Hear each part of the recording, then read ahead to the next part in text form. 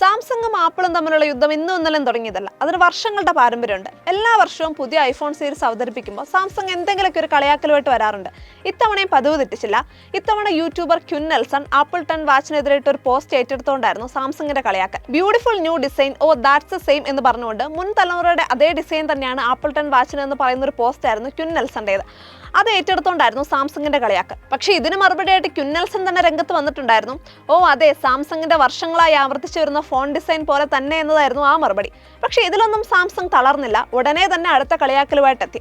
ആദ്യ ഫോൾഡബിൾ ഫോണിനായി ഇപ്പോഴും കാത്തിരിക്കുകയാണ് എന്നതായിരുന്നു ആ വിമർശനം. അത് മാത്രമല്ല, ആപ്പിൾ 16ന്റെ ആർട്ടിഫിഷ്യൽ ഇന്റലിജൻസ് ഫീച്ചറുകളെയും സാംസങ് വിമർശിച്ചിട്ടുണ്ടായിരുന്നു. ഇതിനു മുൻപും ആപ്പിളിനെ കളിയാക്കിക്കൊണ്ട് സാംസങ് രംഗത്തെത്തിയിട്ടുണ്ടായിരുന്നു. വിവിധ കലാ ഉപകരണങ്ങളും സംഗീത ഉപകരണങ്ങളൊക്കെ ഹൈഡ്രോളിക് പ്രസ്സിൽ നശിപ്പിച്ചു കളയുന്നതായിട്ടുള്ള ആപ്പിളിന്റെ ഐപാഡ് പ്രോ പരസ്യം ഓർമ്മയില്ലേ?